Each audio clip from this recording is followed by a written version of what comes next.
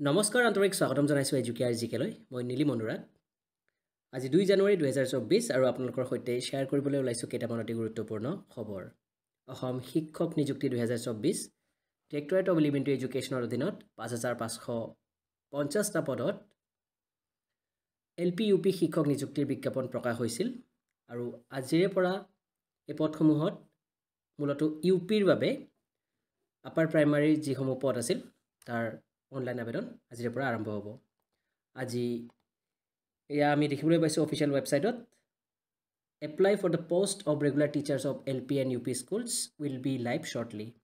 আজি যিকোনো সময়তে অনলাইন আবেদন আৰম্ভ হ'ব পাৰে যদিও ৰাতিপুৱা 10 বজাৰ পৰা অনলাইন আবেদন আৰম্ভ হোৱাৰ কথা আছিল অলপ সময় লাগিছে সি যি কি নহওক আমি আপোনালোকক জনাম এতিয়া এলপিৰ বাবে পদৰ সংখ্যা আছিল 3800টা আৰু ইউপিৰ বাবে পদৰ সংখ্যা আছিল 1750টা সৰ্বমুঠ পদৰ সংখ্যা 3800 আৰু 1750 মিলাই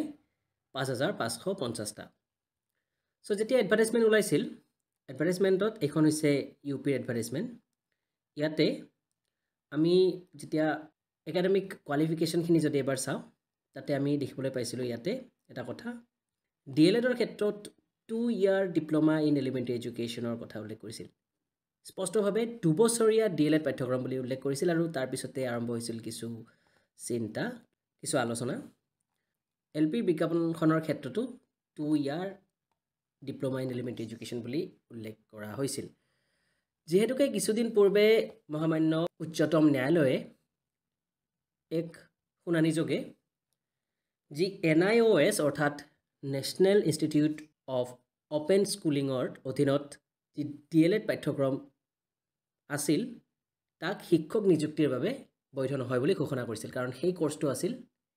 18 মাহৰ বাবে 2 বছৰীয়া নহয় 18 মাহৰ এটা কোৰ্স আছিল কেৱল ইন সাৰ্ভিস টিচাৰ সকলৰ বাবে সেই কোৰ্সটো NIOS ৰ অধীনত সম্পন্ন কৰা হৈছিল আৰু আজি সেই সংক্ৰান্তত এখন জাননী আহিছে দুটা খবৰ দিম প্ৰথম খবৰ এইটোৱে এই জাননীখন চাওক আপোনালোকে অফিচিয়েল ৱেবছাইটত আপলোড কৰা হৈছে government of Assam office of the director of elementary education ইয়াতে লিখিছে notice it is for the information of all concerned that the Directorate of Elementary Education Assam has published advertisement A and advertisement B for the recruitment of teachers in LP and UP schools dated 26/12/2023. The advertisements were prepared and published in compliance with the order passed by the Honorable Supreme Court of India dated 28/11/2023. 28 November 2023 মহামান্য উচ্চতম ন্যায়ালয়ৰ যি শুনানি তাৰ অধীনত in civil appeals arising out of SLPC number dia ase case number wherein it is stated that the qualification of 18-month diploma in elementary education DLED acquired from National Institute of Open Schooling NIOS is no longer a valid qualification to be eligible for fresh recruitment to the post of teachers স্পষ্টভাৱে উল্লেখ কৰিছে NIOS ৰ অধীনত কৰা 18 মহিয়া D.El.Ed পাঠ্যক্ৰম fresh teacher ৰিক্ৰুটমেণ্টৰ বাবে বৈধ qualification নহয় এই জাননীখনৰ জৰিয়তে এই কথা উল্লেখ কৰিলে আজি 2 জানুৱাৰী 2024ত এই জাননীখন প্ৰকাশ পাইছে আৰু এখন ইস্যু কৰিছে সৰঞ্জনা সেনাপতি বাইদেৱে তেখেত ডিৰেক্টৰ হয় এলিমেণ্টাৰী এডুকেশ্যনৰ সো গতিকে এতিয়া যিসকল NIOS ডিএলএড উত্তীৰ্ণ প্ৰাৰ্থী আছে তেওঁলোকে এই ৰিক্ৰুটমেণ্ট প্ৰচেছত ভাগ ল'ব নোৱাৰিব আৰু এখন নোটিফিকেশন আহিছে সেইখনৰ বিষয়ে আলোচনা কৰিম যিসকল NIOS ৰ অধীনৰ প্ৰাৰ্থী আছিল আসলতে গোটেই কোৰ্সটোৱে ইন সাৰ্ভিস টিচাৰ সকলৰ বাবে আছিল আমাৰ অসমৰ SSA আৰু SP ৰ অধীনৰ যিসকল শিক্ষকে এই কোৰ্সত ডিএলএড উত্তীৰ্ণ হৈছিল তেওঁলোকে নতুন নিযুক্তিত ভাগ ল'ব নোৱাৰিব কিন্তু তেওঁলোকৰ বাবে তেওঁলোকৰ চাকৰি নিয়মীয়াকৰণৰ এক প্ৰচেছ চলি আছে কিন্তু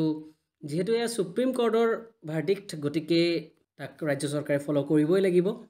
কিন্তু যিসকল প্ৰাইভেট স্কুলৰ টিচাৰে NIOS ৰ অধীনত ডিএলএড কৰি শিক্ষক হ'বলৈ বিচাৰিছিল তেওঁলোকৰ বাবে এক ধৰণৰ বেয়া খবৰ বুলি ক'ব পাৰি এতিয়া আহিছে আৰু এখন নোটিফিকেশন এখন কালি তাৰিখত ইস্যু হৈছিল 1 জানুৱাৰী 2024ত অসম চৰকাৰৰ যিসমূহ ক্লাছ 3 আৰু ক্লাছ 4 পোষ্টৰ বাবে এখন অফিচ মেমৰেণ্ডাম ওলাইছিলে 6 অক্টোবৰৰ তাৰিখত সেই অনুসৰি টি ট্ৰাইব আৰু আদিবাসী কমিউনিটিৰ পৰা 3% পদ তেওঁলোকৰ বাবে ৰিজাৰ্ভ থাকিব OBC MOBC কমিউনিটিৰ যি 27 আছে 27% তাৰে 3% এতিয়া চাহ জনগোষ্ঠী আৰু আদিবাসী জনগোষ্ঠীৰ বাবে সংৰক্ষিত থাকিব আৰু এই নিয়মাৱলী